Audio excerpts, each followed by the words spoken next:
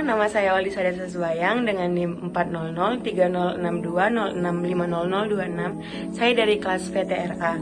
Di sini saya akan membahas mengenai kampanye terkait keberlanjutan perkotaan wilayah. Sebelumnya kita harus mengetahui bahwa kita tinggal di Negara Kesatuan Republik Indonesia. Indonesia terdiri dari 34 provinsi, di mana masing-masing provinsi terdiri dari kabupaten dan kota. Berdasarkan data Kementerian Dalam Negeri Indonesia, terdapat total 514 kabupaten dan kota, di mana terdiri dari 19 kabupaten dan 98 kota. Inilah dia sedikit gambaran mengenai kabupaten, di mana masih terdapat banyak lahan yang hijau dan juga lahan yang kosong.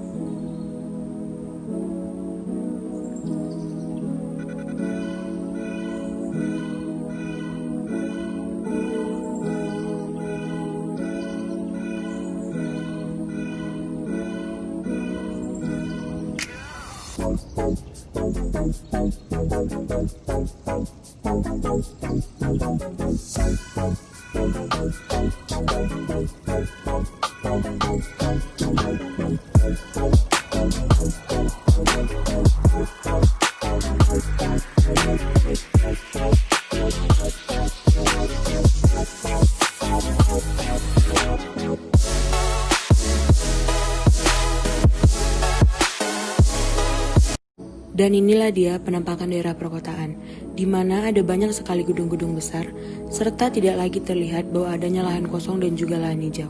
Serta dapat dipastikan bahwa daerah perkotaan jauh lebih padat dibandingkan dengan daerah yang ada di kabupaten.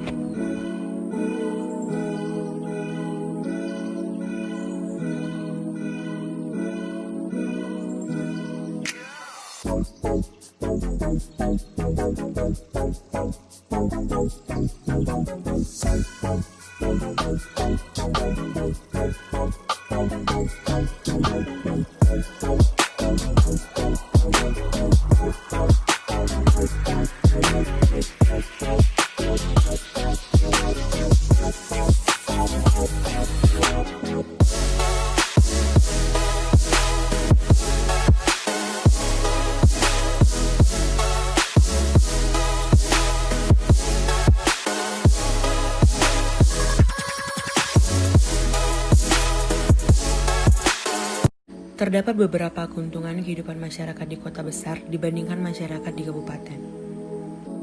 Seperti, yang pertama adalah fasilitas kesehatan. Fasilitas kesehatan di kota-kota besar tentunya akan lebih mudah ditemukan daripada di kabupaten. Peralatannya pun dapat dipastikan sudah memakai peralatan-peralatan yang canggih.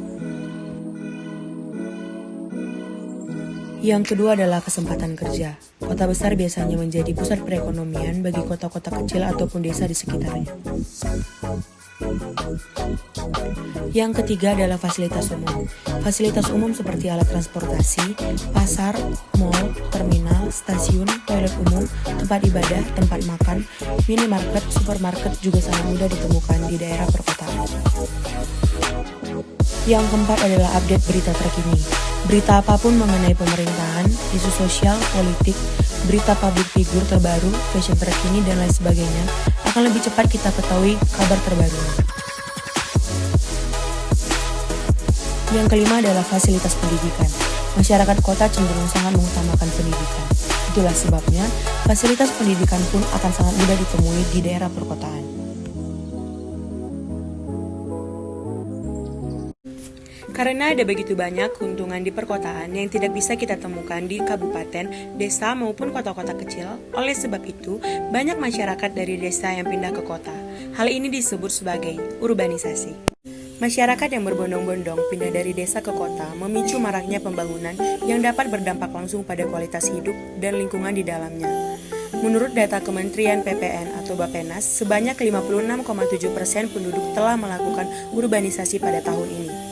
Burhanuddin juga mengingatkan pada tahun 2015, kurang lebih 53,3% dari penduduk di Indonesia sudah terurbanisasi atau tinggal di wilayah kota.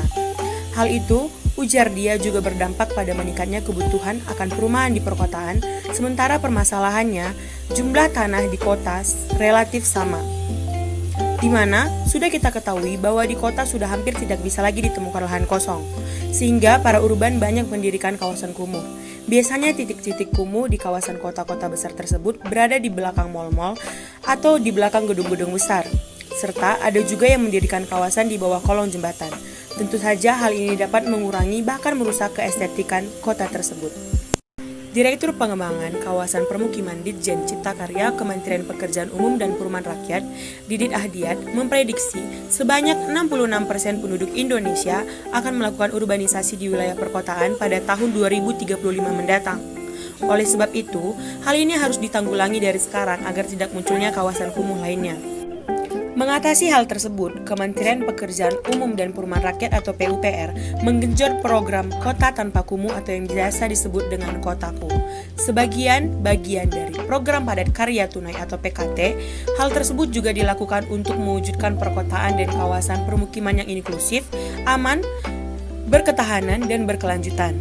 Percepat padat karya tunai, pemerintah kucurkan 328 miliar rupiah. Entaslah kota kumuh. Program tersebut merupakan perwujudan dari Undang-Undang Nomor 1 Tahun 2011 tentang Perumahan dan Kawasan Permukiman. Kemudian, Peraturan Pemerintah Nomor 14 Tahun 2016 tentang Penyelenggaraan Perumahan dan Kawasan Permukiman, dan Peraturan Menteri PUPR Tahun 2018 tentang Pencegahan dan Peningkatan Kualitas terhadap Perumahan dan Permukiman Kumuh. Kotaku sendiri merupakan program perbaikan kualitas kawasan permukiman kumuh di perkotaan melalui pembangunan infrastruktur berbasis masyarakat. Didit mengungkapkan, program tersebut menjangkau 34 provinsi di seluruh Indonesia yang dilaksanakan di 269 kabupaten atau kota, 11.052 kelurahan, serta 23.656 hektar daerah yang ditetapkan sebagai kawasan kumuh. Pada tahun ini, program Kotaku diselenggarakan di 364 kelurahan di seluruh Indonesia. Adapun anggaran yang digelontorkan untuk program tersebut sebesar 382 miliar rupiah. Adapun program Kotaku merupakan kerjasama antara pemerintah pusat atau Pempus dan daerah sehingga identifikasi lokasi diputuskan oleh pemerintah daerah atau Pemda setempat. Itulah dia penjelasan saya mengenai kampanye keberlanjutan perkotaan ataupun wilayah. Saya Olisa Desa Sebayang, over and out.